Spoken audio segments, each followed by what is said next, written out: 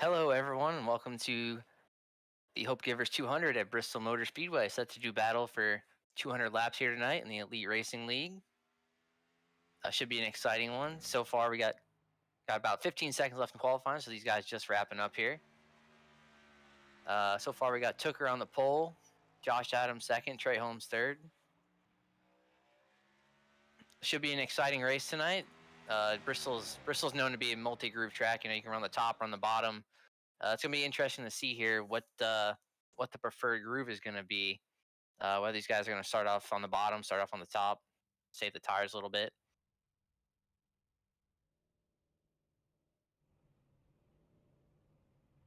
These guys gridding up here, so we'll just we'll give a shout out to some of our sponsors here tonight. Some of our premier partners are C2 Freight Resources. We got Blue Egg Marketing, and EDI Services. Going through the starting grid here, we got front row. We got David Tooker and Josh Adams. Josh is always good at Bristol. I've raced with him for a while, so he should be up there. The key tonight is going to be definitely staying out of all the mayhem. You know, Bristol and all these short tracks are known to be, you know, just mayhem, keeping your car clean, and usually you see the cars that with the least amount of damage up front at the end of the night.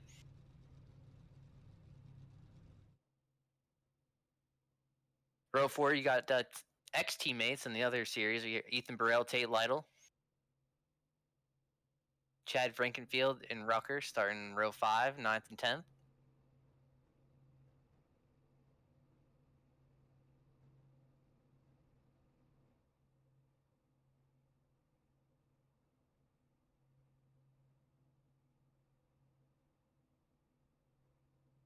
Got clear skies and the cool temperatures tonight in Bristol. Tracks right now is 81 degrees Fahrenheit, nice and cool concrete. So these guys should be whipping it around this place. And for those of you who don't know me tonight, my name's Nick Massey. I have my partner Chris right here joining shortly. He's running a little late.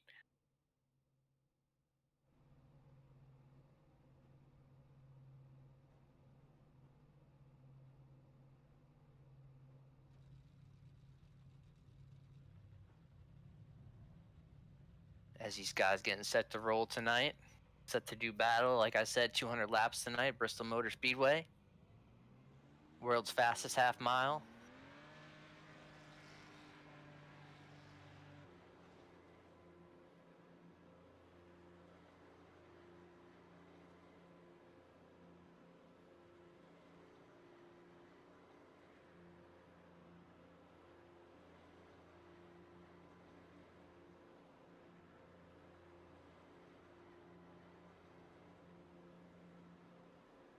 Looks like we got a couple guys opting to not qualify tonight. Start at the back, kind of maybe avoid the mayhem. Colin Furr and Gerald Campbell, always quick, so it's kind of odd to see them starting 29th and 30th back there.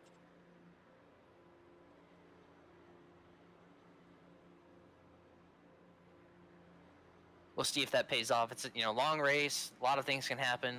Key's going to be keeping your car out of trouble, keeping the car clean, because like I said, these short track races can go, they can go green or they can be caution fest. Usually one or the other.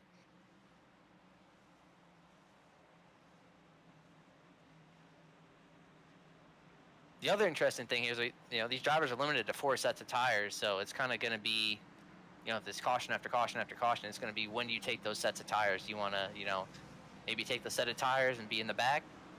But here we go, getting ready to fire off. Tooker and Josh Adams lead him down to the green. Tooker with a great restart, gets a good jump.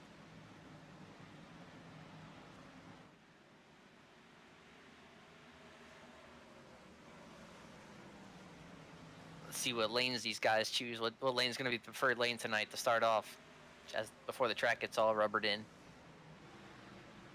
Looks like Josh trying to work that bottom. Tooker running the top. Top's a little more abusive on those tires, so if you stick to the bottom long enough, in my experience, they'll eventually pay off in the longer run.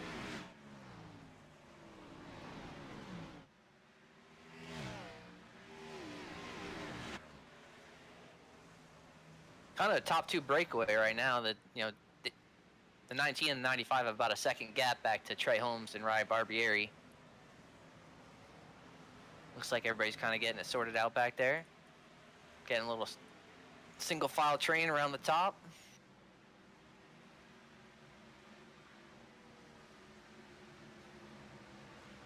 Josh looks like he's liking that bottom in 1 and 2. Looks like it's working well for him. Almost got to the quarter panel of Tooker.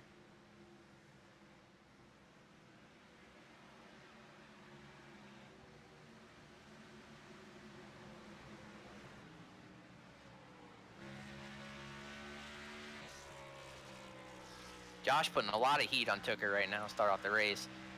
Question is, are these top two going? They've got a 2-second gap back to third place. You think they're, they might be running a little too hard here and giving up too much. We'll see how this works out if we get a long green flag run. Oh, we got a spinner back here, backstretch.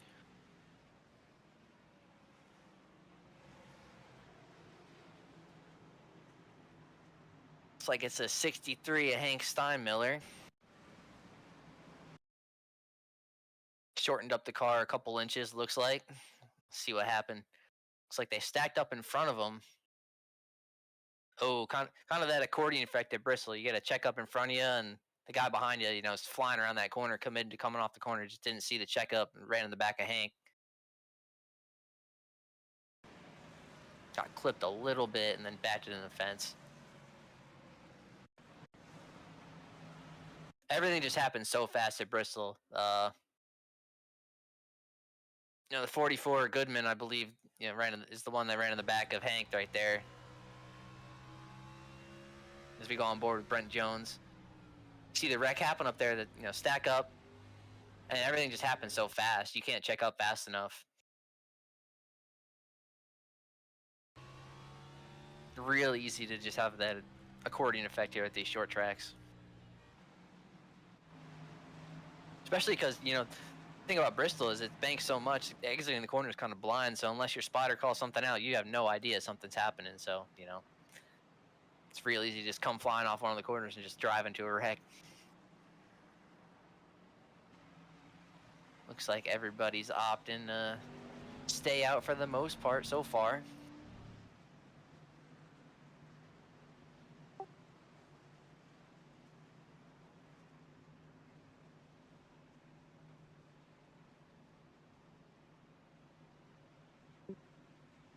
We're looking at Gerald Campbell tonight. He's got a special paint scheme on that 31 Ford, dedicated to his 100th start tonight in Elite. So it's got some notable quotes from the Elite Racing League on there. Some inside jokes, but pretty great. I hope he runs it some more races. Trying to pull up some of the quotes on here. It's a little tough to see sometimes, but.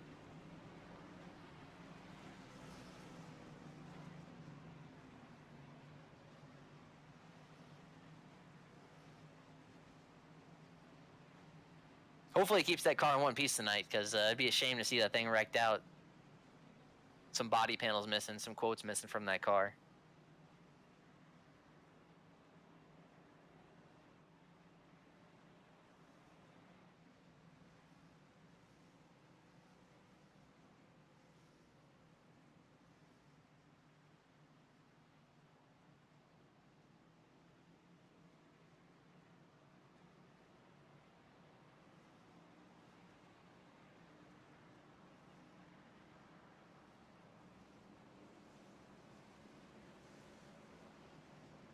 The one kind of unfortunate thing about racing on a short track like this for guys like Hank Steinmiller and some of the other guys that got damage back there is you don't have a lot of time to come down pit road and fix some damage.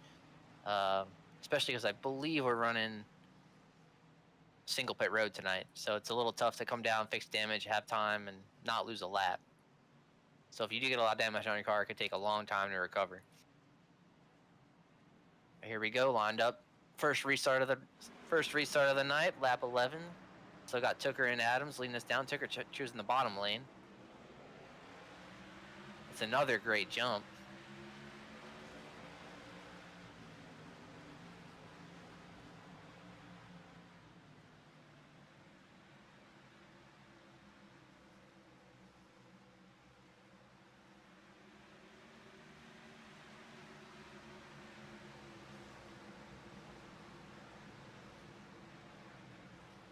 Oh, we got another wreck happening back here in turn 1 and 2.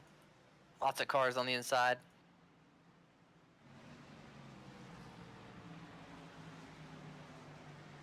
It's like the 15 of Chad Frankenfield involved. See what happened here. Running 2x2. Oh, looks like he gets a little help from the 28. Vincent and Sabella. Vincent goes around as well. 84 White Needle kind of drives in there, drives in the door. Chad could have been a lot worse for what it was, though. I mean, Chad did a great job spinning down the track, keeping it out of traffic. But yeah, definitely could have been a lot worse for most of these guys.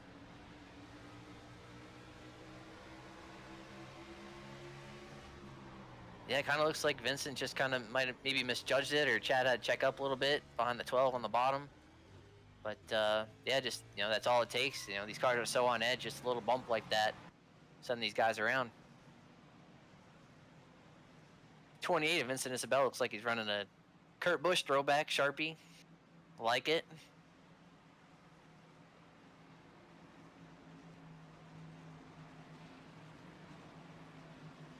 Fortunately, it wasn't in pristine shape for that long tonight, but I'll have an opportunity to come down pit road, get that thing fixed up a little bit. Doesn't look too bad, especially for these short tracks. I mean, you get a little bit of damage. It doesn't really affect the car that much. It's not aero dependent like some of the super speedways and faster tracks we go to.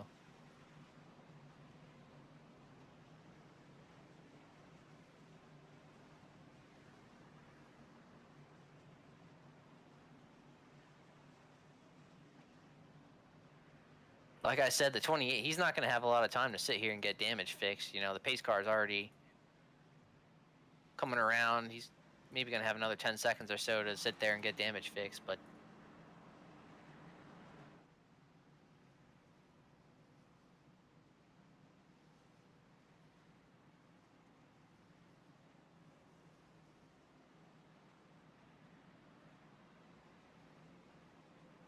these leaders, 19 and 95, and Ryan Barbieri, Tyler Frody, Tate Lytle, I think their strategy at this point is, see all these wrecks happening behind you. You kind of got an idea how this night's going to go already a little bit, judging by the first 10, 15 laps. So I think their strategy is just kind of ride that thing out as long as they can up there on those old tires and not put themselves back in traffic for an opportunity to get involved in a wreck.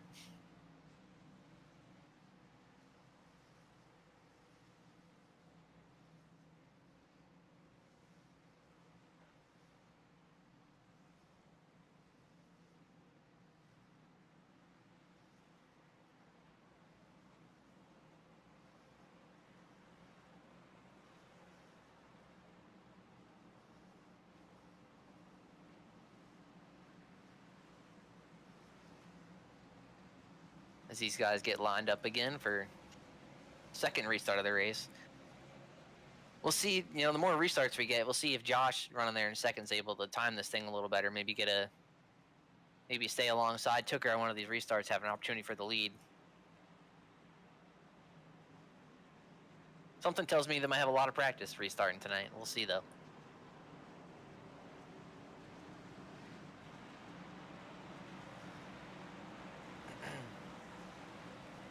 As the pace car pulls off and Tooker takes off with another great jump.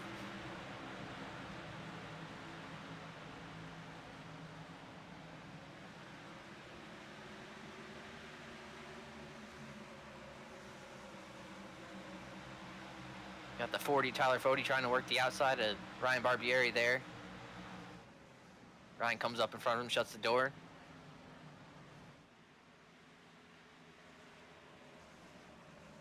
Oh, we got another wreck there off turn 2.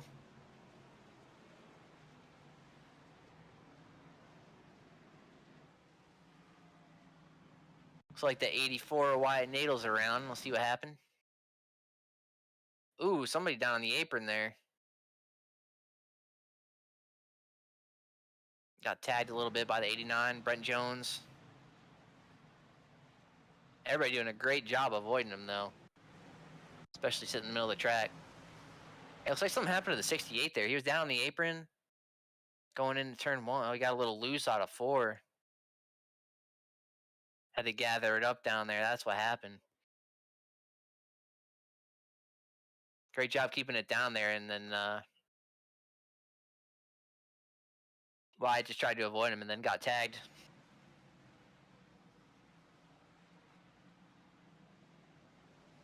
Amazing how being the track's so narrow and so easy to get involved in wrecks. So it's amazing that there hasn't been a big pileup yet tonight. But how bad these wrecks have happened, and right in the middle of the track. I think Wyatt definitely got the worst of that one though.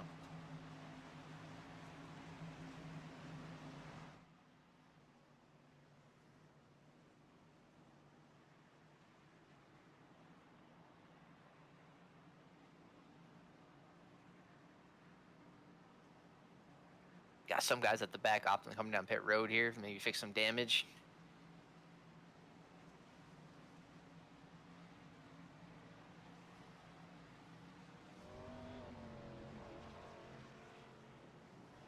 These guys have ran probably 12, 15 laps on this set of tires. So I think, if you come down and you take tires here in the next 10 laps, I think you might have somewhat of an advantage over these leaders.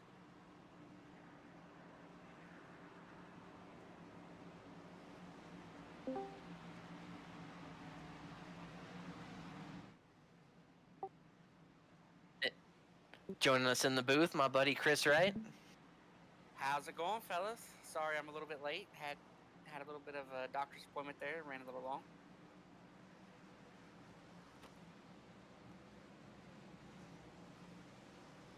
So based on what I'm seeing, we've had a few yellows already here. Yeah, we've had 3 yellows just to fill you in, and a couple of guys getting not too bad. Not too bad pileups back there. Been kind of like 2-car, 3-car accidents. Nobody's really badly torn up, but. So we haven't had that Bristol big one yet tonight. No, sir. There've been a lot of cars spun around the middle of the track, but the guys at the back have done a good job avoiding it. So, pace car peels off again. 4th restart of the night. Tucker takes off. Josh getting plenty of practice up there, restarting second tonight.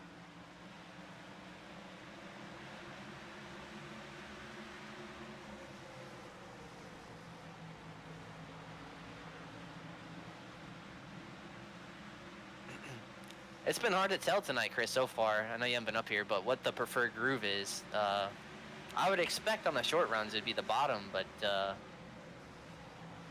looks like everybody's kind of opting for the middle and top.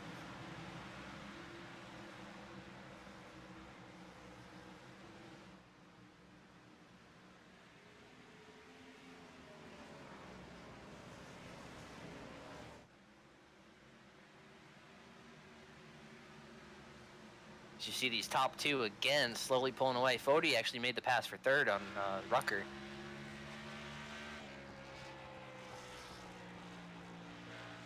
Yeah, it looks like Josh is maybe a little faster than Cooper here. Not sure if he'll be able to make the pass or not. Like you said, he's trying to run the bottom. I guess we're about to find out if there's good grip on the bottom to make a pass against the guy on the top. Yeah, in my experience, the bottoms. I've been able to roll the bottom better in 1 and 2, and then 3 and 4. I think the fastest way around the middle or the top. But something about 1 and 2, it's just a little bit different than 3 and 4. You can kind of hook the bottom, let it roll down there, and not lose a lot of time.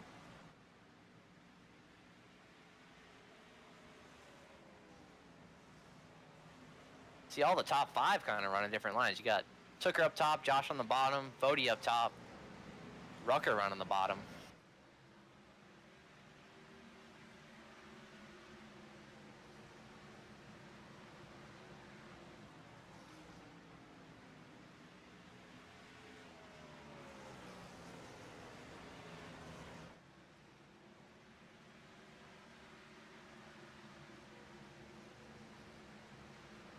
I think Josh can make this move on the bottom if the run goes a little bit longer. It seems like he's got good pace down there, and I think that'll save the tires a little bit over a longer run. And just, when you're in the top, you carry more throttle.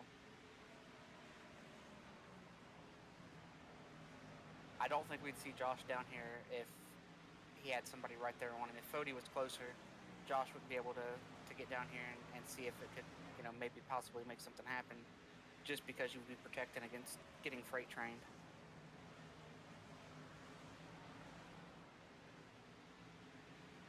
Yeah, and Joker's kind of in a no-win position here because you know if he goes to the bottom, drop to the top, and get to his outside. So I think there's a line here running the top, making it tough on Josh to pass. Yeah, this early in the race, Josh probably isn't going to be too aggressive, but I think, you know, if this was 150 laps from now, you know, if I was trying to make this pass, I would probably try to roll that bottom really good through turn 1 and 2 and stay to his inside and maybe try a slide drop down at the 3, but it's just too early in the race to be trying to make a move like that. Yeah, I think Josh might have to move back up to the top here because you see the 40 of Tyler Fode, 64 Andrew Rucker, and the 2 of Tate Lytle kind of closing in on these top 2 a little bit. And you don't want to get hung out on the bottom because if you get hung out, if Fode is able to get to Josh's outside, he's probably losing 3 spots right there. Yeah, and, you know, you got to take into account, you got traffic coming up, and that could be a, you know, if running the bottom like Josh is, that could be a place where he can maybe make a pass if lap traffic stays up top. But if the lap cars stall him out on the bottom, then he has to lose all that momentum and get shuffled back that way.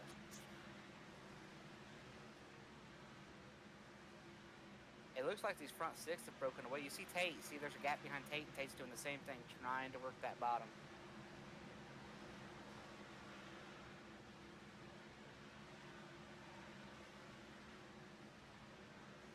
Yeah, I'm not sure what happened to Ryan Barbieri on that start there, but he was 3rd behind Josh, I believe, and now he's back to 7th place. So I didn't really quite catch what happened to him there, if he had any issues on that start, but he dropped back 4 spots.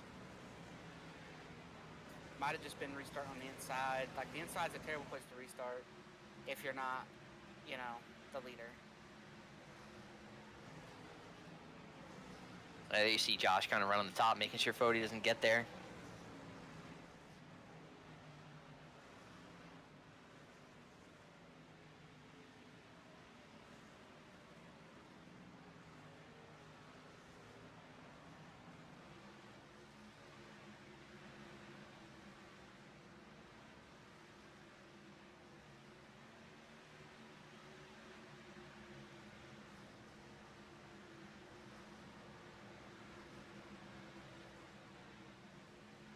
As you can see, when these 3 at the front kind of stay in line like they are, they kind of drive away from Rucker. I think Rucker is holding up Tate just a little bit right there.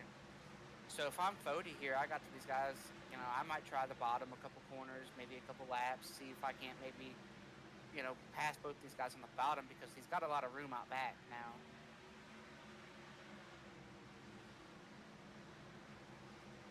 Yeah, Fode's got, you know, a lot of ground to try a couple things here.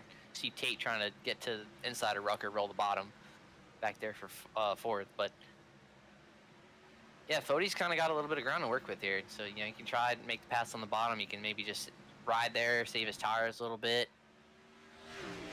And Rucker, you know, the way that I can kind of tell that Rucker is struggling right now with tight is he is running a little bit higher, especially in 1 and 2, it looks like, than anybody else. Like, he's really taking it up there in the middle of the corner, you know, because you're driving a little bit harder. The car's not turning as good.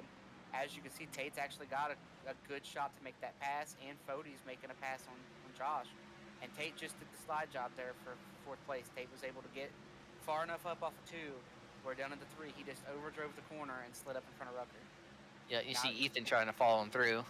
Yeah, Rucker's really struggling here. When you're getting passed like that on the top, you have worn it out, and that won't come back. He is hoping for a chance to get a new right front tire. If this thing runs another 50, 75 laps, I mean, the way that car's struggling, there's a chance Rucker could end up lapped, you know, 50 laps. See Josh trying to work the bottom. Oh, comes up right in front of Fode. Fode gives him a little tap. One thing I'm kind of surprised about is the track was 81 degrees to start this race. And as we've gone farther into the night, it's actually warmed up 8 degrees. Yeah, you would think as it gets darker, it would cool down. And I wonder how that's playing into the handling of these cars. I mean, they're probably sliding around a little more, kind of forcing them to run the top, because I think it's a little easier on the bottom on a cold track. I think if anybody's patient and can stick to the bottom and give up some on fresh tires, they will benefit greatly later. But I almost wonder right here if Josh didn't use it up a little bit trying to make that pass, because there was a little gap between him and Tooker, and now Fody's trying to look underneath him. So Josh might have, might have made that right front just a little bit mad down there trying to make that pass on Tooker. Yeah, possibly. You see him get a little tight there. Fody's able to complete the pass. But these top five all back. Oh, I wonder if he got into Josh a little bit, and Josh was just like, "Hey, you hit me a little bit, I'm gonna hit you back a little bit." But I don't. They do have. There is some history there. If anybody has been watching, last year, the last race, the last lap, the last corner at Phoenix, Josh was in position to win the title, and Fody came in from pretty far back and just wiped him out. They both ended up wrecked, and Gerald Campbell walked away with the title. As you can see, though, Josh is really struggling back there. Josh, he had to have used it up. Josh is going to get pounced on by Tate here, and he got shuffled to the bottom. Worst case scenario when you've used up the right front. He is a sitting duck for as long as these guys want to try to get to his outside. Maybe a little contact with Ethan Burrell there, but yeah, he looks like he's in the same boat as Rucker was right there. He's just not really rolling the center as well as these other guys here, and Fody made that look a little easy. I mean, he's rolling the bottom probably better than anybody else out there right now. Yeah, Fody's driven away from Tooker. Yeah, look at that. Fody made that lead, and he's gone. One thing that's going to get a little interesting here is we have a pack of about 6 lap cars running side by side up here, not too far in front of the leaders. So and Tooker just chose to go to the bottom. That I am shocked. He just chose to go to the bottom. He's going to give up every bit of 3, 4, maybe 5 spots right here by choosing to go to the bottom instead of just staying on the top. Oh, he's able to get back up. He slid up right there in front of, I'm not sure who that is. Looks like Ethan Burrell is also kind of rolling pretty good right here too. He gets by both of these guys, by Tooker and Tate, P2. Wonder if that 37 might have something for that 40 here, or maybe taking care of the tires a little bit. Yeah, I think what we're seeing here is, Tooker, Josh, they were sitting first and second. Everything was going great, and they were carrying too much pace. Rucker was carrying too much, but these guys are just free falling through the field at this point.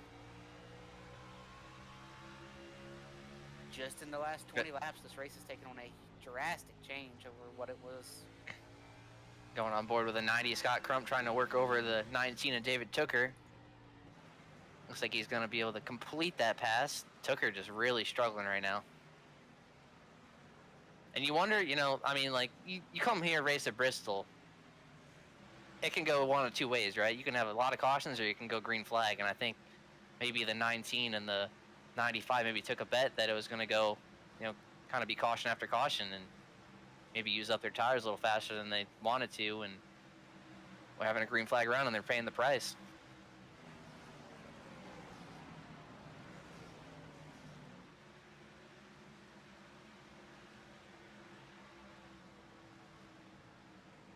Yeah, here we got Tate, and who's driving that 88? I'm so sorry that I don't know who's in these cars. I'll hear about it later from the drivers that are in there. That's Trey Holmes. They're in the 88. I know most of these guys. I just don't know their numbers in this series. I race with them on, like you do, Nick, on Wednesday night, so I'm not real sure about who's driving what.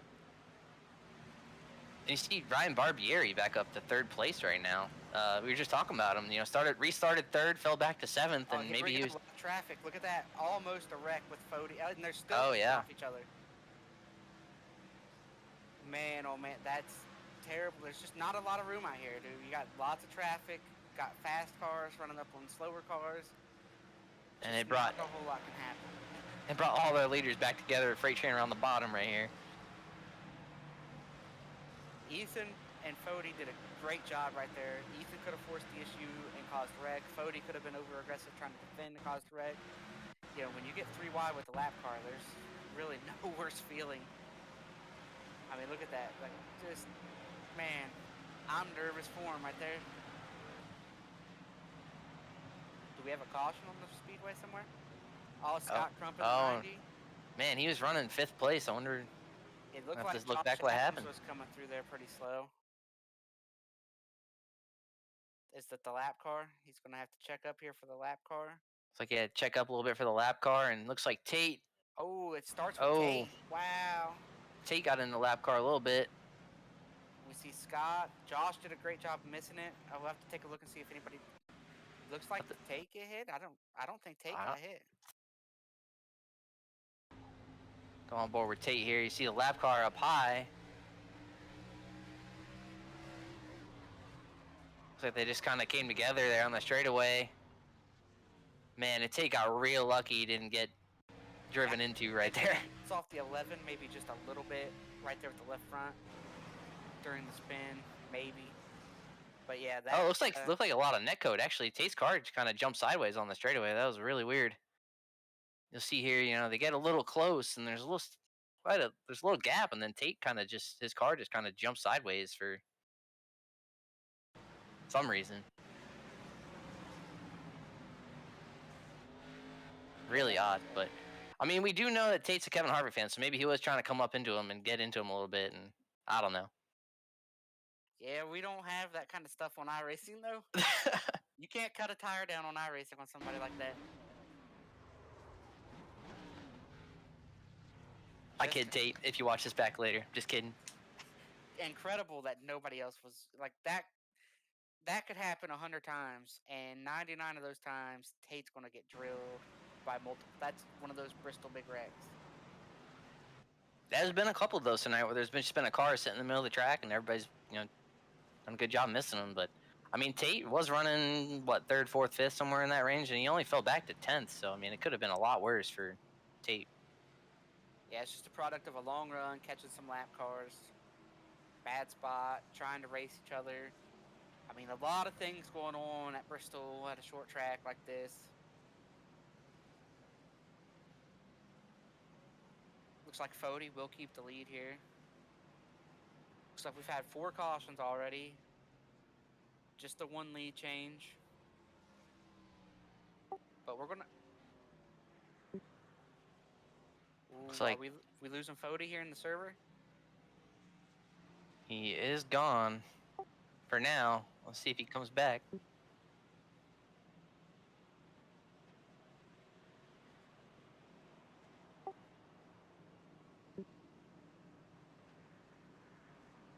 I think we lost the 40 Tyler Fody. We'll see if he's able to get back in here, but looks like Ethan Burrell will obtain the lead here.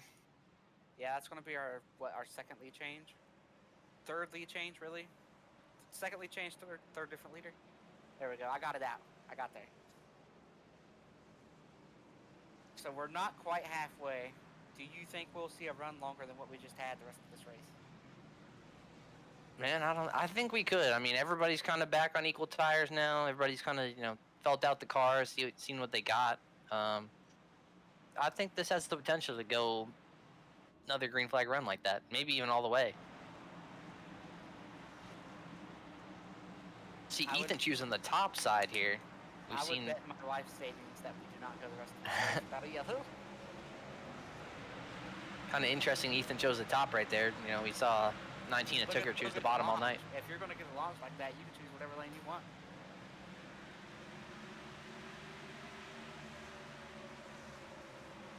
Look how fast everybody gets to the top there. Josh is the only one on the bottom. This is where I would think, though, that you might be able to make the bottom work and hold these guys off. See Tucker trying to make it work, make the pass on Barbieri for second.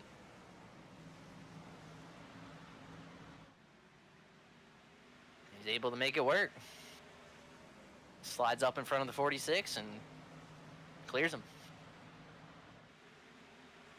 There's Rucker back there trying to come back. Remember, Rucker lost a ton of time.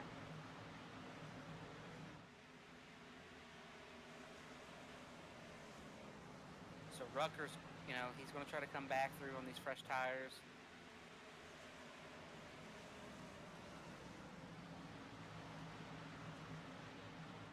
How about the 11 of Matthew Weeks? Started 19th up to 6th place, and car looks pretty clean. It's a big part of it, racing at Bristol. You just got to keep the car clean, stay out of trouble, and you'll probably get a solid finish. Yeah, I thought by looking at the replay that he might have got tagged like maybe left rear right behind the door somewhere, right there when Tate was spinning. I thought Tate might have tagged him a little bit. Not enough to turn him around, just enough to, you know, scare you Oh, when you're see, driving. battle. Oh, we got Big Wreck back here. Big Wreck. 28's involved. Looks like Tate's involved again. And the Man, one of Thomas Sherman. you hate to see that for Tate. Yeah, you just, get involved in one wreck, get back there in traffic, and it just sets you up to get involved in another one. So how much money you sending me after you were talking about going the rest of this race without a yellow? Well, how much is your life savings? No, I'm just. About We'll see what happened here $3. on this wreck. Oh, looks like somebody got into. Who's that? Crump? I think that's Dylan Thomas, I believe, right? Is that the Oh, other yeah, I dude? think you're right. I thought I didn't know the numbers. But that's not the worst of it, I don't think. Like, Dylan's able to save with the wall. Tate's trying to, ooh, little bump. And that's where Tate gets turned. Oh, she's 28, yeah. Ooh, Tate. And then into the wall, that sucks. Yeah, Tate wasn't so lucky that time. Got hit a couple times, but. I don't think that Tate has had a good race since I started broadcasting. Yeah, it did kind of go downhill for him as soon as he joined. Yeah, I mean, Tate, if you watch this back later, man, we got a seat up here for you if you get tired of wrecking cars. No, Tate's a good driver. Just, had that incident up there. Wasn't his fault. This really isn't his fault either. It just... Sometimes you just get on a bad run of it, and man, that was a pretty stiff shot. Yeah, that's front end damage too. It's not good. But yeah, it just looks like the what was it? The 82. Gotta look back at it one more time. But yeah, just Dylan Thomas just got spun down the track right in front of Tate, and Tate had nowhere to go, and it was just on from there.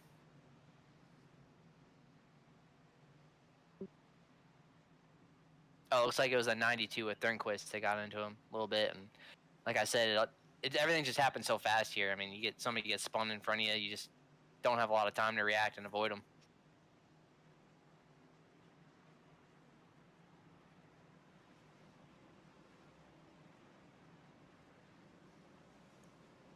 I am not sure. Has Tyler Fody returned to the server? I see he's 11 laps down here. Is he in the server? So Tyler must just be giving it up. And I don't blame him. It sucks. He was leading the race, and fell out. And, I mean, at a bigger track, maybe Daytona or Talladega, you can come back and you only lose 1 or 2 laps, but See, so far it's so hard. Yeah. See, so far we had 5 cautions tonight for 22 laps. 2 lead changes though. I thought we had a little more than that, but apparently not. I believe we've had 3 leaders and 2 changes, right? Fody took the lead from Tooker, and then Burrell took it from Fody when Fody lagged out. This is the SMRI Productions Grand National Series, for those of you who are just tuning in.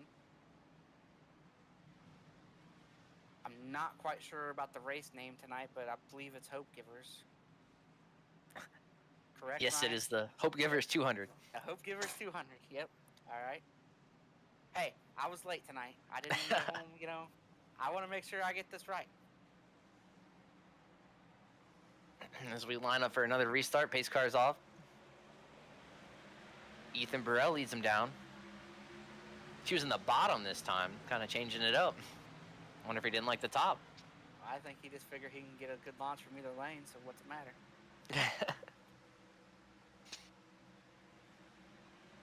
You see how fast you got the first, 5 cars lined up on the top? Before you get to your first side-by-side battle, and now look at that, Scott's trying to get up there. Yeah, with them all lined up on the top like that, you kind of see how close they are together. It's real easy to have an accordion, somebody checks up, next guy checks up, and it's just on from there. I don't know who's driving that car, but the Noah Gregson car, is that Noah? Noah joining us tonight? Looks like that is...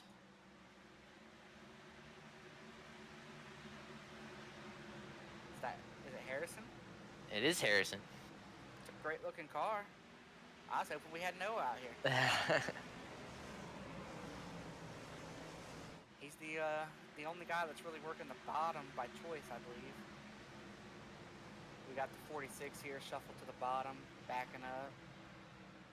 And we saw this happen a couple restarts ago where he kind of backed up a little bit, maybe saved the tires, and was able to drive back up there to third place. So I wonder if maybe that's his strategy here, kind of run the bottom, save the tires, and try to get him back later. Able to slide up right there, though, in front of the 64 Rucker. And you can save the tires running the top, but it's so hard to save them running the top because you just have grip. You have more grip, so you can get into the throttle. And I mean, I've raced here along, a lot of times where it's like I'm taking care of the tires running the top, and then you're not.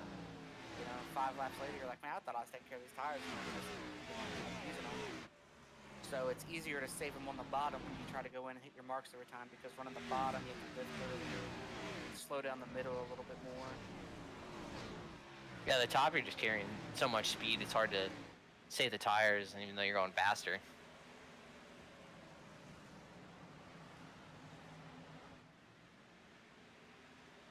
We'll see if the 19 and the 95 kind of change up what they did that first run, because they kind of fell off there about 20 laps in. So we'll see how if they change it up and able to keep the 37 with them, because that 37 got better and better that first run. I think Rucker's trying to save his tires a little bit more because he's running a pace just quick enough to stay in front of the guy behind him. I see the 46 kind of still working that bottom. He's got a little room to do it, so mine's as well. I feel like Rucker probably fell off the worst of anybody that first round, so he's probably working the hardest now, trying to figure out, like, how can I not do that again?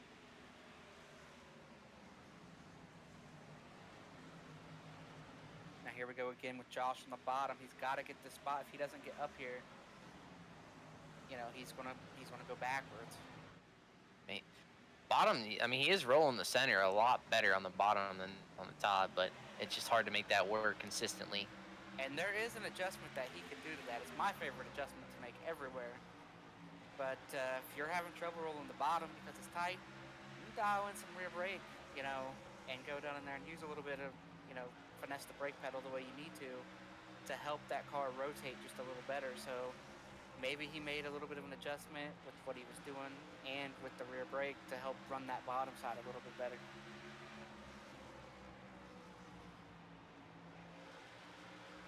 Because like you said, he's running it way better now. Look at that. Earlier he couldn't even be close coming off the corner. And it's so frustrating too, because it might take a while to work somebody over like this. You might get to their quarter panel one lap, and then a couple laps later you'll get to the door, and then a couple you get to their, you'll be even with them. It's just like slowly chipping away at it. You just got to keep hitting your marks down there. If I'm Josh, I'm trying to get a run off of 2, and at this point in the race, I do a slide job. But now he's backing up some. He's going to have a shot to get up to the top right here if he wants it. So that happened over about 5-7 laps. He tried to make the pass. He almost had the pass, and then it just, the guy on the outside just eventually wins out.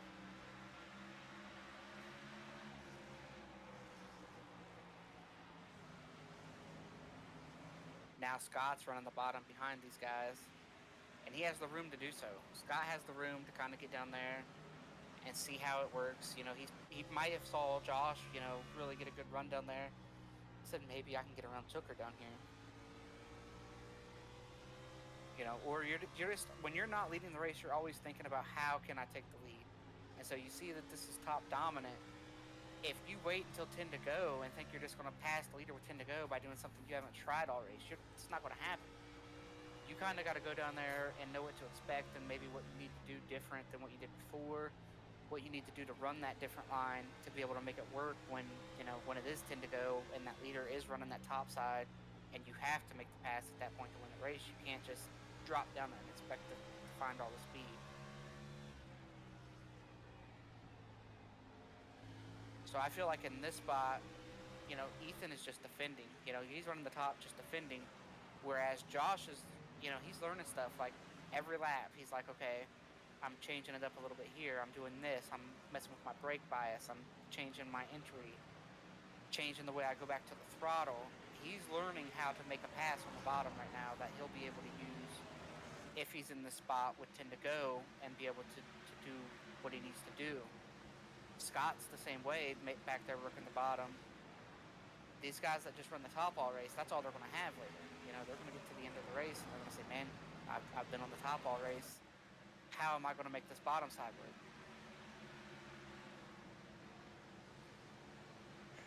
See Scott trying to work the bottom on Tooker.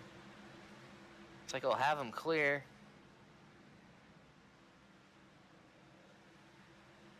Makes the pass.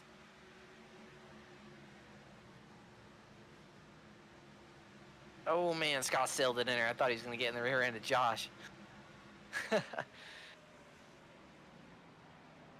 Scott's another car that was moving forward there at the end of that last long run. Yeah, I don't want to put the announcer's jink on him, but he's been having a pretty solid run all night. You know, been what, top 6 maybe pretty much all night. Kind of slowly working his way up there, maybe saving the tires a little bit better than these guys. Here's Rucker again, and Chad. So Rucker's fallen back again, and we saw him really leaving gaps early in this run to try to save the tires, and he has not saved that right front tire again. Yeah, it looks like that 64 Valvoline Ford has a little bit of right side damage too. You see the little bit of gap in the body panels. Wonder if that's hurting him a little bit too, making him a little tighter. But you see Chad trying to work him over here, and Chad in the 15, that yellow car. Yeah, and if you're Chad right here, you're like, man, just cut me a break. Cut me a break. But he's not. I believe they are teammates too. Yeah, but Rucker's one of them guys. He's not going to cut you a break. It doesn't matter who you are. Which is great. That's what we want to see when we're sitting up here in the booth.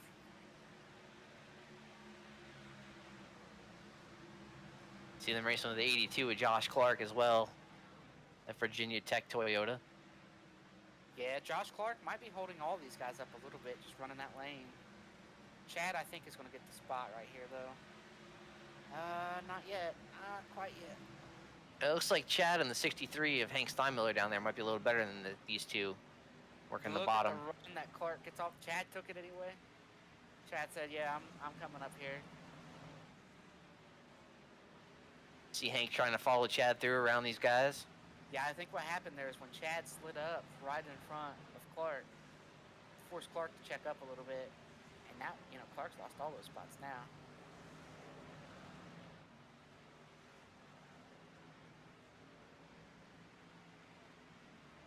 Right back here to our race for the lead. These are our front 3. We got a caution.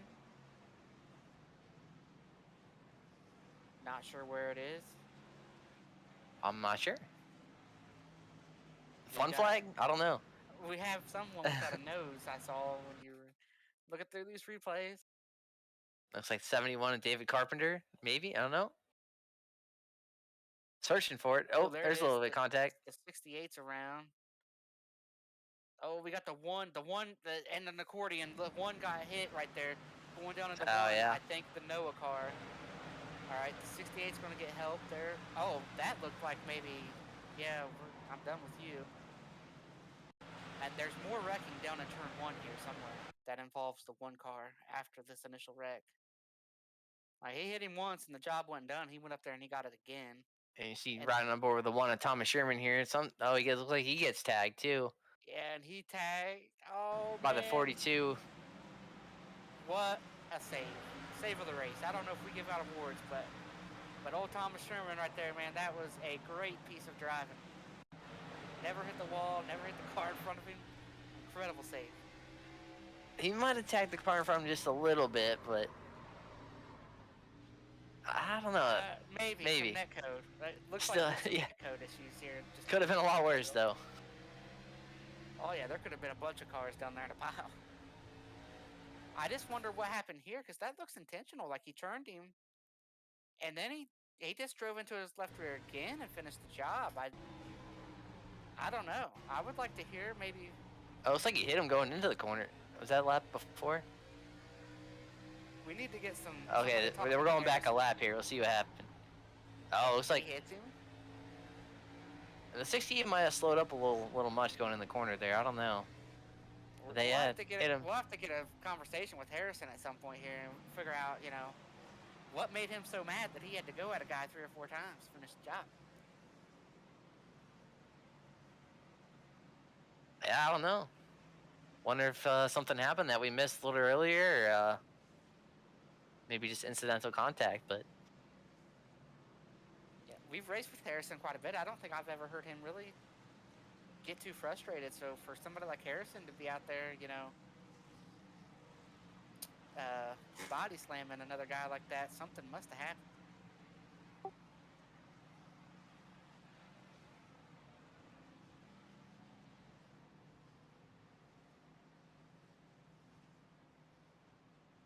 So Nick, how many sets of tires do these guys have tonight? I believe they have 4.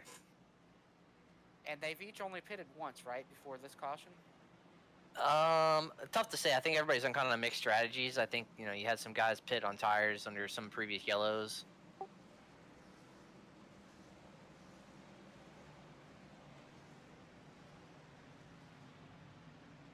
But I think I believe the main guys like Josh Adams, Ethan Burrell, Crump, I think they're all on their second set of tires. I'm not sure about. So what's the deal with this front row? We got our first 2 guys stayed out to save a set. I don't understand saving a set when you still have 3 sitting in the pits. Yeah, I don't know if I would stay out on a 50 lap old tires, but we'll see how this works out for a pace car getting ready to peel off here. Yeah, I don't understand this with this many, this few laps left, and you still have 3 sitting in the pits. Like it doesn't make a whole lot of sense. If we run 25 laps, they're going to get lapped. I mean, look at this. Josh Adams is going to get to the lead for the first time tonight. Look at that.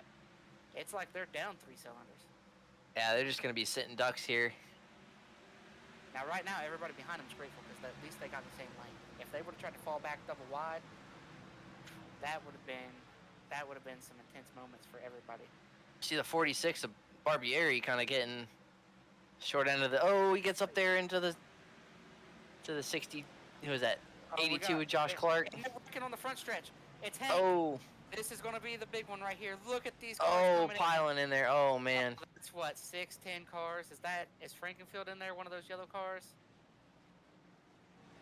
That all started up there with the guys that did not take those tires. Yeah, just kind of getting stacked up, and 46 Barbieri, you see trying to go to the inside, and we'll see what happened down here in turn 1 and 2. The wreck, but it did not. The wreck was caused when Hank got into Chad. I think Chad Thornquist gets loose here off of 4. We see the great save there. Oh, yeah. Oh, no. Yeah, it's Chad. Rucker. Looks like Rucker. Frankenfield. Yeah. Teammates get together a little bit there.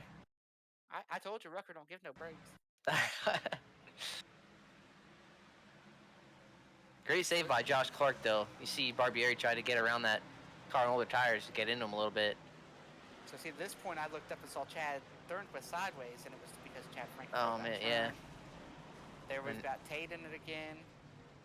15, the 84's down there, the 14's down there. Lots of cars here. Tate does a great job missing that part of the wreck, and then he gets down here and gets wrecked again. That's 3 on Tate. That's 3 wrecks for Tate tonight. I mean, look at these guys come piling in here. 1, 2, 3, 4, 6, 7 of them come piling in there at the end of the front stretch. Yeah, the track's too narrow, and it's just nowhere you can really go other than stop. And Thomas hopefully. Sherman is sitting down there. Yeah, that took out quite a few guys here in the back. Put a lot of damage on these cars. See Barbieri just. I was blaming those guys that stayed out on those tires for that wreck, because when I looked down, I saw Thornquist sideways. I thought that's where it started, but it was not. They were doing the right thing. They were down on the bottom, out of the way, and people with tires got together above them, and that's what started the wreck. It's no fault of those guys that stayed out. You see right on board with a 71 of David Carpenter there, just how fast that happens. You're slowing down, trying to avoid the wreck, and then the guy in front of you drives into the wreck, and then you're just stopped. I don't know who's driving that black car. Can we get eyes on that black car that went just straight barreling in there? Didn't look like he slowed down. I don't know who that is, but you got to be more heads up than that. Everybody checked up around him, and he was full send. It's not good when everybody else is able to get checked up. Looks like the 84 White Needle.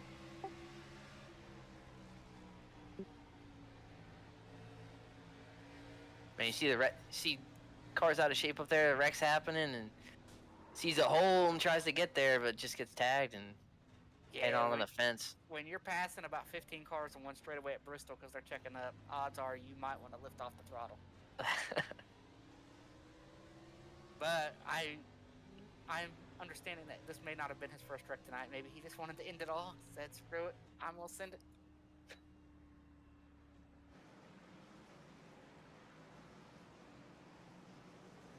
So as the reset here, we got Josh Adams out front. First time tonight he's had the lead, just being the beneficiary of when those two cars on old tires stayed out, the leader picked the top, and he happened to come off pit road second behind Ethan.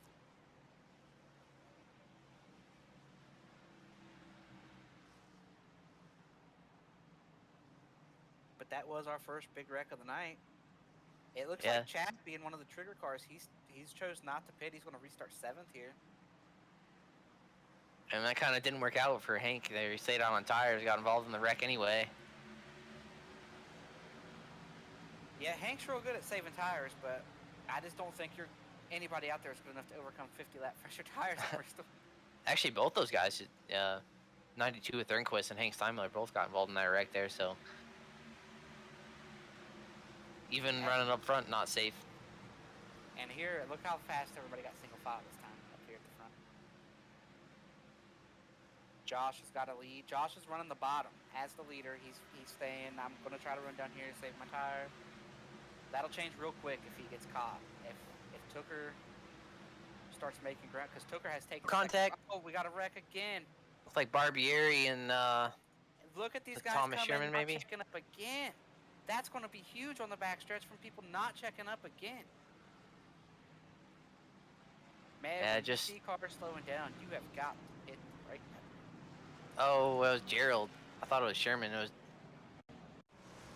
It's like he tagged. Look at that. They just run over each other because people 4 or 5 cars back do not check up.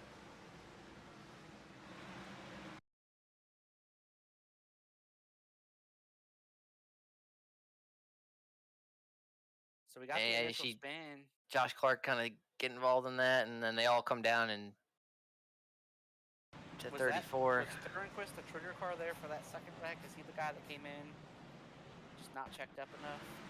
I believe he was. It's so hard to tell, but let's see. Let's take a look back at what caused this here. You see Barbieri trying to work the bottom on Gerald. Kind of gets in maybe a little too hot, gets tight, goes up the track, and just clips him. And it doesn't look like it's going to be that big, and then you see just everybody kind of back there checking up, and then a couple guys don't, and it's on from there. Came in there hard. So Gerald was okay, and he just sits there and stops. He sees that they've wrecked, checking up, and he just sits there. I mean, Gerald right on board here with 92 with Thornquist. We'll see what he sees here coming off the corner. You can't see much. It's kind of a blind corner coming out, but there was enough there. He saw enough to where he should have hit the brakes. We can see that car completely backwards off of 2.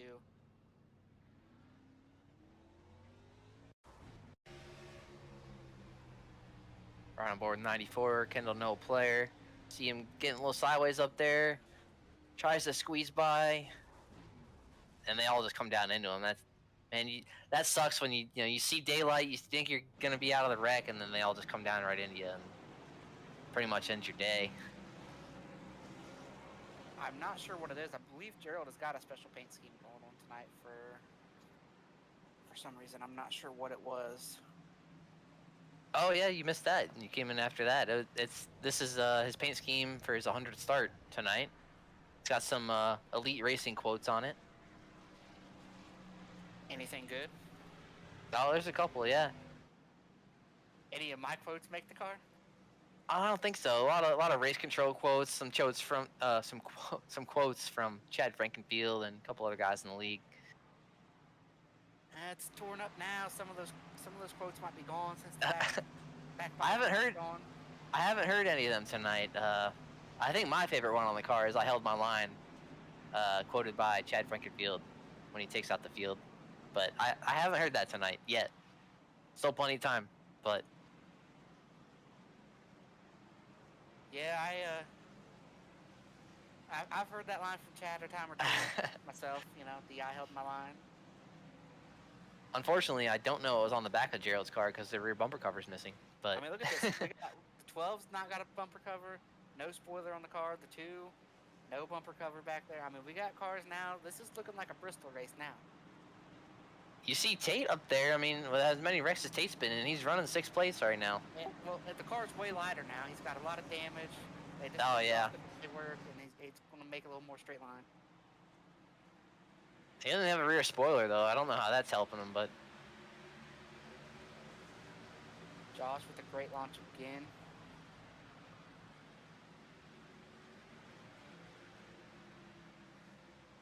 And I don't want anybody to think we're making fun of Chad or anything like that. I better straighten that out. Like, Chad is, you know, we'd like to give him a hard time. We know he does a lot. Chad does a lot for Elite. There's a lot of different races, racing every night that he, you know, is overseeing. It's great to be a part of. yeah, a little bit of context here. We race with these guys every week, so we like to give them a hard time every now and then. Yeah, Nick and I race on Wednesday nights. Just check it out, the Cup Series. See Ethan trying to work the bottom on Scott Crump. Scott still running, you know, good night, running P3, solid.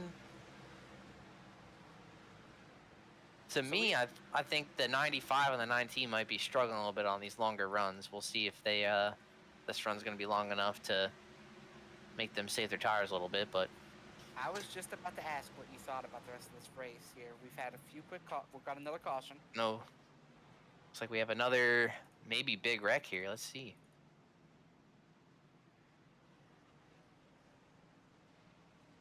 It's a yellow car that's backwards. It's like the Carpenter. 24. Oh, Dylan. Oh. Dylan Thomas was already wrecked there by the time he got Yeah. there. See what happened to Dylan here, racing with a 12. Ooh, bounced off of David there. Then Dylan's going to come down and hit the inside wall. All these guys at this point have already been in at least one wreck. Here comes the 71. This is a bad night, just getting worse for a lot of these guys at this point. Let's see what we can see. See David kind of just running back here, minding his own business, and yeah, maybe could have done a little more as far as getting to the bottom, but it's just not a whole lot. When that car comes back off the bottom like that, it's really hard to judge where it's going to end up. yeah, they just ricochet off that inside wall, come right back up, and you don't know if these guys are going to bounce off the wall and hold the brakes, or they're going to hold the brakes and not roll as much, but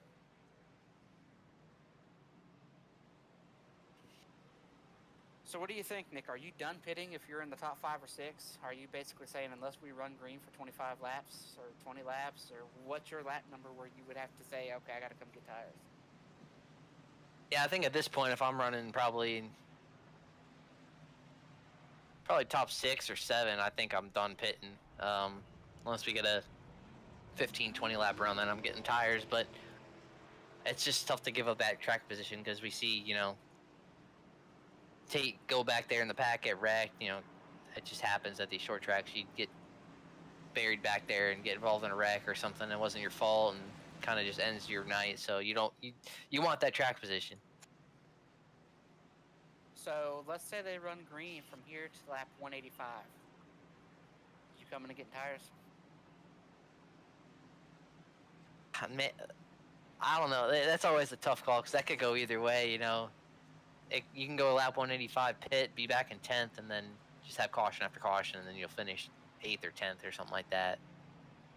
Yeah, but we saw... Maybe even take 2. I don't know. We saw those guys that stayed out earlier lose 4 spots through the first set of corners. So if you do stay out at a caution, you got to hope you keep a lot of guys with you, because if you, like, let's say Josh Adams is leading at lap 180. He's like, man, I just can't get the track position. What if second on back pits? He is screwed. Yeah, I hate making these pit calls at short tracks because it's just so hard to predict what's going to happen and what strategy is going to win the race because it just all depends on when you pit and when you make your last pit stop.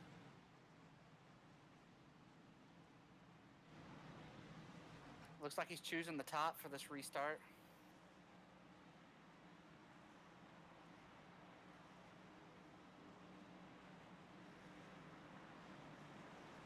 Got Tate back up to 6th there, missing half the car.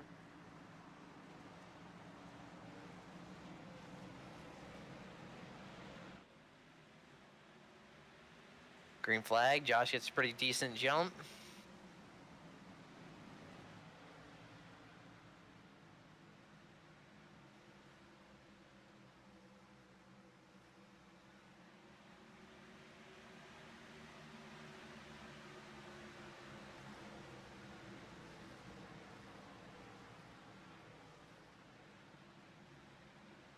At this point, what causes a lot of these wrecks now is wrecked cars that are in front of people who pitted, or wrecked cars that are in front of other wrecked cars that aren't wrecked as bad, and it's just a check up on the top.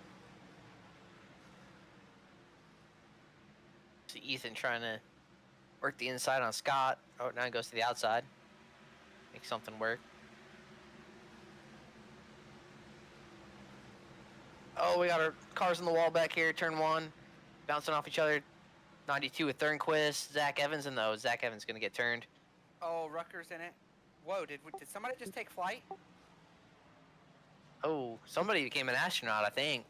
Yeah, we just had Space Shuttle Discovery take off from turn 2 at Bristol. Man, it looks like the 92, and they're just bouncing off each other. Look at that car. That car just went straight up in the air. The 92 and the 44 are kind of just bouncing off each other down there in turn 1 and 2, and they just kind of couldn't get off each other. Look at it. The 6 thinks He's looking at Zach Evans here. Gets Let's into check out him. this 6 car. What causes him to take flight? See Rucker. Oh, man. What happened? Man, lift off. That's incredible. What caused that to happen? It's like he's getting pushed by the 64 Rucker, I think, and then we'll see on board here. See him sail up into the skies of Tennessee. Look at this. Oh man, he's out of the racetrack. That's incredible. Look at this. He's almost by. He's thinking he's good. The 6 is on the bottom. Yeah. He's like, they're wrecking up there. I'm gonna be good. Little does he know that Harrison's coming down the track to try to miss said wreck and just clips him. You see, like, oh, I see. It's like Harrison got into the right rear of Chad a little bit, and they couldn't get off each other. Man. We'll have to tell Zach he needs to bring some moon rocks back for us. There's that car. Came back down from orbit. We'll have to get the report out of the, well, it wouldn't even be the infield care center. It would probably be the ISS up there, I think, but.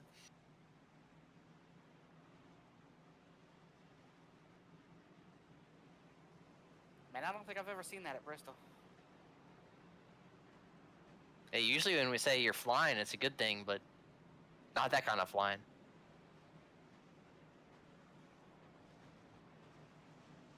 He traded in his 4 tires for 4 rocket boosters.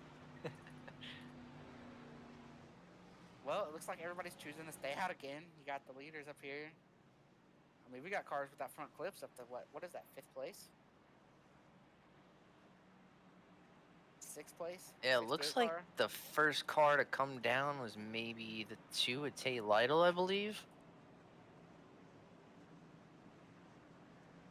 It looks like the 2 at Tate Lytle in 6th place was the first car to come down right there. Yeah, 6th place starts the damaged cars. I don't know. Does anybody outside the top 5 have a rear bumper still? Because it looks like the 68, the 15, the 12, they're missing theirs. Yeah, most of these cars are either missing a front or rear bumper. Yeah, you got about the first 5 cars that are pretty good, and everybody else is just... They've definitely been to Bristol. Man, well, Tate gave up 7th or 8th place right there. He's going to restart in 15th. I don't know. Man, that was maybe like 10, 15 laps on those tires. We'll see how much of a factor that is. But here we go, getting lined up, ready to go green here. 37 to go. Josh is going to lead him down on the bottom. Man, Tooker got a pretty decent start on Josh right there. He kind of timed it pretty good. Yeah, that's one thing I've told Josh before. You know, Josh is a teammate of ours, a friend of ours. He restarts the same way every time. People are going to, races Tooker every week. So Tooker had a good idea of when Josh was probably going to take off there.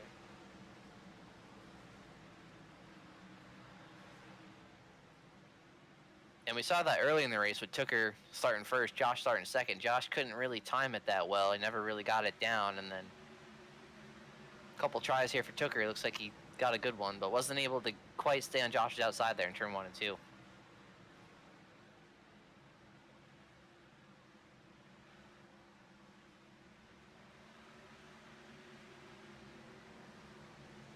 These front four have kind of gotten away as the 68 was able to get around the 11 there. 68, he is a car that's missing parts and pieces. As you can see, we're on board the 11 here. Not much left of that 68 rear end. I guess you just drive in there and the sim will register that there's a bumper there at some point if you want to drive in there and create some contact. Yeah, the 68 John there, he's been kind of having a quiet climb through the field here, and I think he was back there running like 10th to 15th for a while, and he's kind of quietly worked his way into the top 5. He's missing the front bumper too. He's missing each end of the race car. She's still like you said, shed and wait.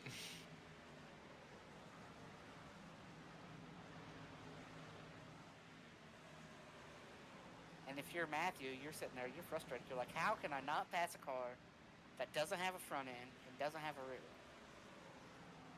Now, I will say this. If we run green to the end, these cars that are missing pieces, they will start to overheat, especially if they're missing front clips. So what they're hoping for is a lot of little, 5, 10 lap runs, caution, cool it off, get going.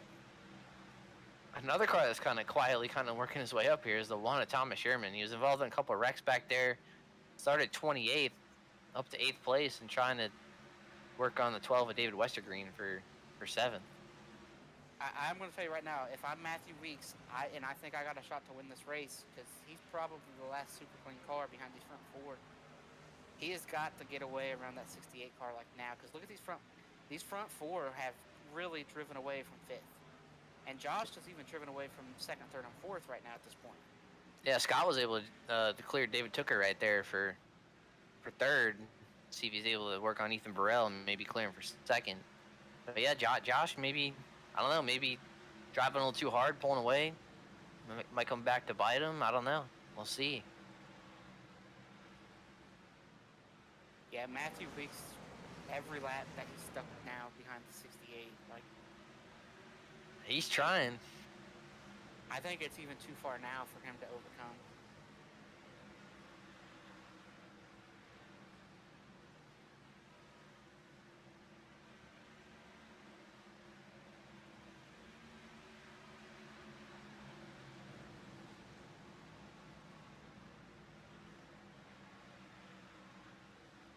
He just can't quite get there. Just can't. Yeah, he's trying to work that inside, just can't quite clear him. He's going to have to send it down in here and do a slider. I try to get a good bite off of 2, off the bottom, down into 3. I'd do a slider. Here. We got a yellow. Oh, it's Harrison here on the front stretch. Now Harrison got into. I can't remember who it was. Harrison might have got some help here. Oh, it looks like him in the 32. Ooh, Dustin Dewar. It's like Dustin maybe came down, pinched him a little bit, a little contact, and it was just on from there. Harrison hard on the inside wall. Almost gets clipped. Oh, man. Yeah, Hank barely missed him. All right, here it is. I think if I'm the leaders and I'm going to pit anytime that's where I pit. I think if I'm Josh Adams, Ethan Burrell, these guys, I'm pitting right here. Yeah, I think that's the call. I think Tate might have timed it pretty well back there in 10th place. He started 15th on that restart right there. Ran I what, think about 10 laps? I would pit if I'm these guys. It's like Wow, there's opting to Matthew stay Weeks, out. the one car who was back there getting passed a little bit and struggling. This might be a race-winning call for Matthew Weeks. We'll see how far back that buries him in the field, though. Looks like not a whole lot of takers until back there in, I don't know, 15th or so. I don't know if I agree with what these front 3 or 4 just did right there. But man, I think I'm with you on this. I think I want the 4 fresh tires. I think if this caution comes out lap 185, 190, I think I'm staying out, but I think it's early enough where you can come down and take these 4 tires and be on the offense. Yeah, but I will say this. The 11's the cleanest car that pitted, probably. So at least if you're the other 4 who are clean, you've all kind of buried yourself in the same place. And I'm not sure even with tires, some of these guys on damage are going to get there. So it would be Matthew Weeks having to get there from wherever we'll have to see where he's going to, timing and scoring puts him when he gets around here. It says 16th right now, but I have a feeling it's going to be a little bit better than that. But yeah, I mean, you figure it compared to these leaders like 95 of Josh Adams, 37 Ethan Pirelli, he's going to have, I mean, there are some caution laps thrown in there, but 30 laps fresher tires in these leaders. So it might, if this goes green, it might pay off for him. We'll see. It's going to be a lot of ground to make up, though. Looks like he's going to be about 14th, 15th place. You don't want it to go green. You want the cautions at the right time. Like, you want to maybe make 2-3 laps, pass about 7 cars, line them up, do it again.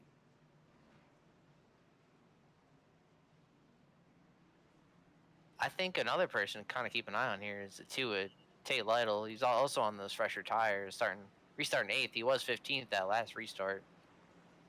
So we'll see if his tire advantage is enough to maybe pick up some spots here and maybe challenge for top 5, top 3. And remember, the last restart, Josh almost got passed. So if I'm Josh, I change my restart spot. Do we race Bristol on Wednesday night, Nick? No, we race Phoenix Wednesday night. I'm glad we don't have to go to Bristol.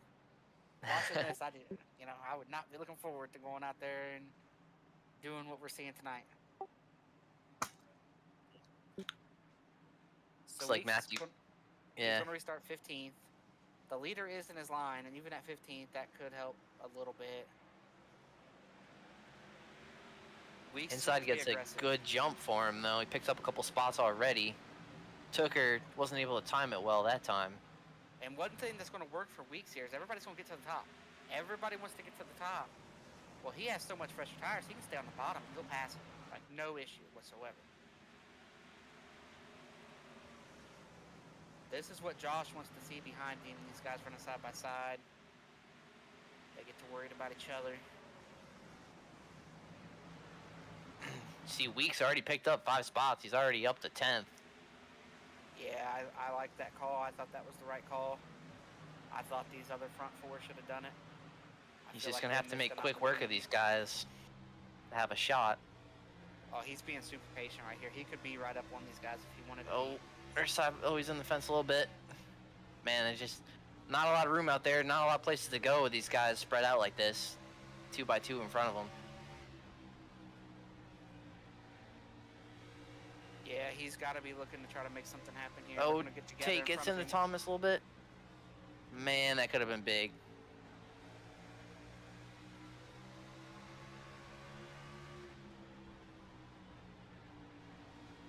All right, here we go. What he needs is this car in front of him to not be. There we go. That's what I would do too. I'd be trying to look 3 wide.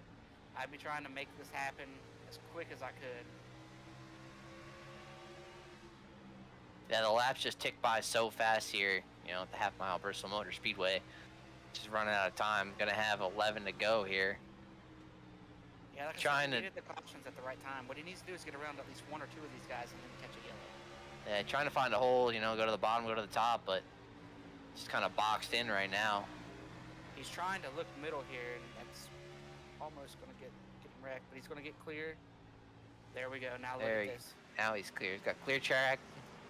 be able to make up a little time. But man, just laps tick by so quick. Josh looks like he's kind of pulling away up there for the lead. Got half a second gap back to Ethan Burrell. If Weeks gets one more caution in the top 7, he is going to be the guy, I think.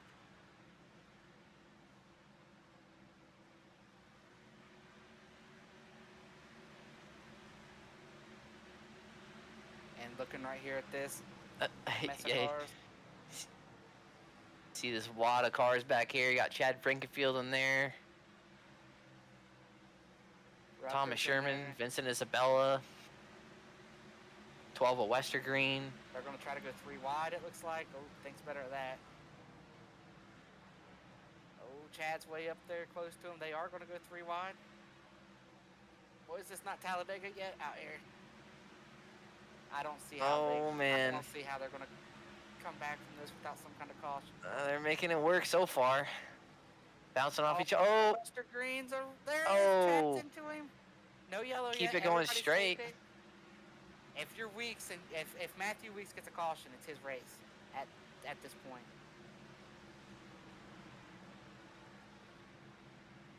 That could have been big. I don't know how they kept that going straight. I thought Thomas Sherman was flipping on the fence up there. Caution. I don't know. Man, oh man, this is... He is flying. Matthew Weeks up to 4th place already. His last lap was a 15.6. He's running about 3/10 quicker than these guys up here in the lead, but I think he's just going to run out of time. But Josh is way out there. I think he can get the 2nd. Man, if there's a caution, though. Oh, man. I think he's just going to run out of time.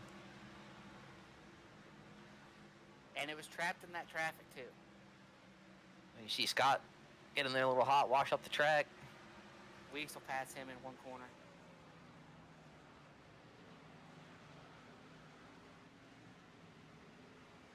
Maybe right down here.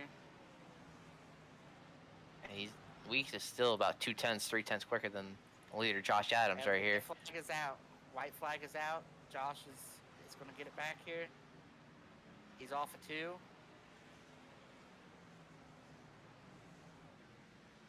It's like Josh can come off turn 4, pick up the win here. And the Hopegivers 200. Ethan Burrell in 2nd, Weeks in 3rd. What a call, though. That was a great call. If he doesn't get held up in traffic for those 3 or 4 laps, we might have us a pretty exciting finish.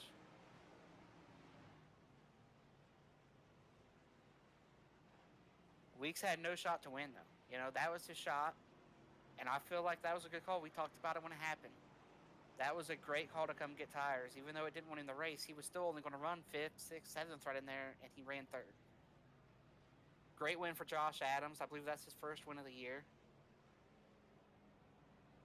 A couple of these guys. I mean, Matthew Weeks started 19th, finishing up there in 3rd. See Tate kind of rebounding, was involved in all those wrecks. Still finished 7th, top 10.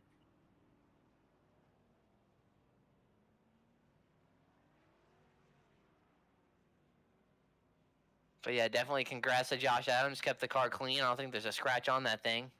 Oh, he just about wrecked it. Right? Yeah, just about did.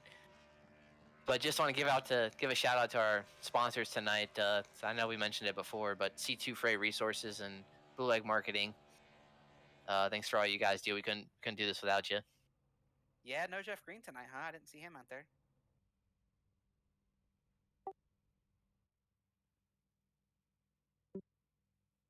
RC Anderson wasn't out here, but he doesn't show up sometimes to these ovals. It's a road course. You get to somewhere where you have to turn right, RC will be there. We should look at our top 10 here. Got 95 Josh Adams. Scott Crump keeping the car out of trouble tonight. You know, sometimes his luck seems to gone downhill recently, so it's good to see him come away with top 5. Yeah, we got Trey Holmes in 6th. Tate comes back to 7th. Ryan got up to 8th. Vincent Isabella in 10th. We saw him getting turned sideways a couple, 3 or 4 times tonight.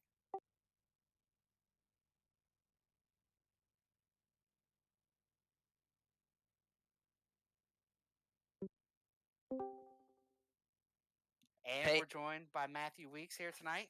Great P3. That was a great pit call. We were talking about it up here. Thought I might win you the race. How was your night? And what led to you making that pit call there at the end? It was a good night because I survived Bristol. But I just went for it. I figured that we would probably have more cautions, to be honest, but I just went with my gut and I just done it. Yeah, started 19th. I mean, great drive up to P3. Uh, anything different tonight than typical Bristol? And I mean, I know there's a lot of wrecks there at the beginning and kind of throughout the middle, but anything that kind of caught you off guard? I noticed one thing that caught me off guard was a little bit was the temperature kind of started out at 81 degrees and kind of rose a little bit. I don't know if that came into play at all, but Yeah, it started getting outside tight and everyone started running the bottom. It was different where I'm so used to running the outside around Bristol. But I just stayed with it. I wasn't the fastest car, but dang, man, those guys running the bottom, yeah, that's what changed it. Well, a great run, great finish there. We saw you coming through the traffic and everything. We knew that you probably needed one more yellow when you got to the top 8, and you got trapped there behind the 46 a little bit. But anybody you want to thank tonight? Yeah, I got stuck behind those guys. If I didn't, I think I would have had Adams. But thanks to Pro Edge, Josiah and the Greater Good, the guys that sponsor me, SMR Productions. Chad, you guys actually coming out here and doing this. I know we've been having problems with it Monday, but I appreciate you guys doing it. And everyone else, man, good racing tonight. All right, man. Thanks for talking to us, man. Solid run tonight. Hopefully, be back up here talking to these guys again on Wednesday. Yeah, hopefully. Hopefully so, man. Good night.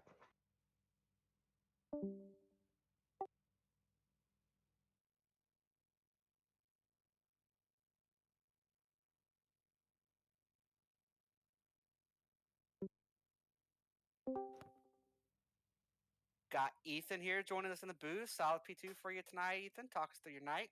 It's becoming a weekly occurrence here talking to you up here. Yeah, it was awesome, man. I had some great speed out there. First half of the run, I was killing it on the long run. I think I had some of the best tire wear out there, but um, at some point, kind of in the second half of the race, it started to transition a little bit, and the bottom line came in, and the 95 was just on rails around the bottom, and I was trying all sorts of stuff and just couldn't figure out how to keep up with him there. But I will take a solid P2 tonight, and leading a good amount of laps. So all around a great night. yeah, what was kind of your strategy tonight? I know you were kind of running up front all night, but was it kind of just to stay up front, not take tires, unless we had like a longer run, stay out of trouble? Yeah, it was definitely a concern coming in. A track like this, a race like this, you expect there to be a good amount of cautions. Which shout out to everybody. I felt like we had a pretty clean race for a Bristol race, but the way the cautions were falling, the first half or first 2/3 of the race actually worked out pretty good with the amount of sets of tires we had available to put on. So there wasn't too much strategy involved other than kind of a few of those last cautions, trying to figure out if I should have pit or not. But I think at that point, at a track like this, I had good speed. Kind of the top 4 or 5 of us kept breaking away, so I figured if I came down and pitted near the end, I'd probably just get messed up. So yeah, just stay out there and try to figure something out to battle for the win there. Yeah, you were talking about those cautions. By our count, there were only about 5 clean cars left there at the end, and Weeks was the one that came and got tires, and he almost got back up there to the top 2. But anybody you'd like to thank tonight after your strong performance here? Yes, all my friends and family that watch, my grandma and my mom are tuning in, Betty's tuning in, and all the guys at Pro Edge Racing, of course, for all the support. And it's a great environment racing with those guys. Big shout out to Jonathan Smith at IMJD Designs for putting us out there in the fresh paint, and big shout out Trey Holmes, actually one of our rookies this year. He was having an awesome run and ended up getting a speeding penalty, and that kind of hurt him. But just all around great night. Thanks to everybody for tuning in, and we will go get him next week. Yeah, congrats on a good run, man. We'll look forward to seeing you Wednesday. All right, thank you guys.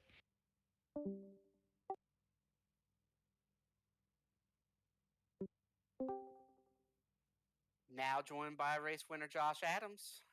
Josh, take us through your night a little bit. It looked like at the start of the race there, that first long run, you kind of fell back, maybe abused your tires a little bit. We were talking about some changes you can make.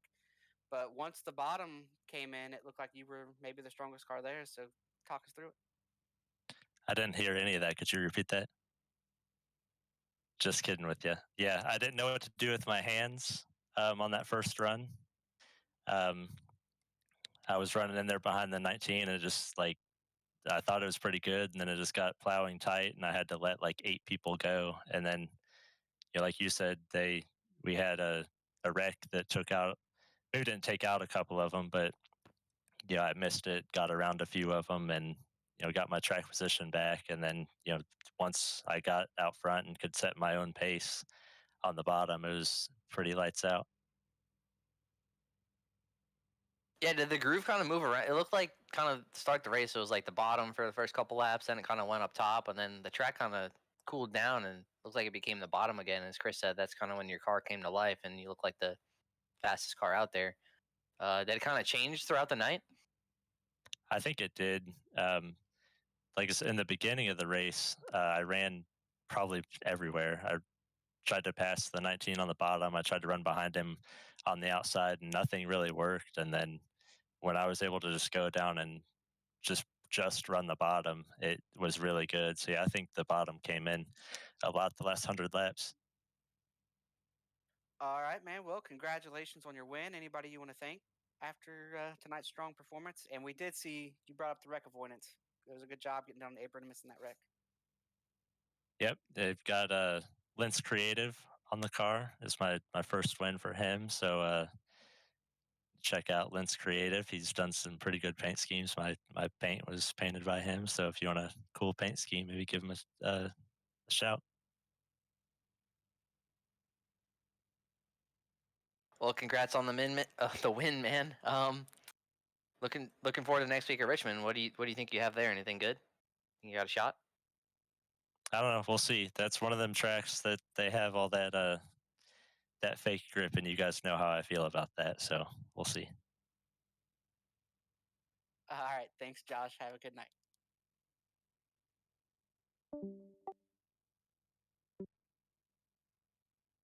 Well, that's going to be the end of our night here. It got a little crazy. I expected more cautions there the last 10 laps. I'm not sure what you thought, we were going to see Nick there, but I did not expect us to not have to use a green-white checkered. But we got to the end of it, and ultimately staying out was the call. We were both wrong there when we said we came and got tires. Yeah, it was a fun race to call. You saw some tire strategy there at the end, some long green flag runs. You saw somebody become an astronaut there. I think it was Zach Evans became an astronaut about halfway through. But yeah, looking forward to next week at Richmond. Congrats to Josh. And just shout out again to all of our sponsors tonight. The Hopegivers 200 and our premier sponsor, C2 Freight Resources and Blue Egg Marketing. Yeah, and thanks to Chad for letting us do this. And our producer, Ryan, couldn't do it without him. He's right there in our ear all through the race. So thanks to him and everybody for watching.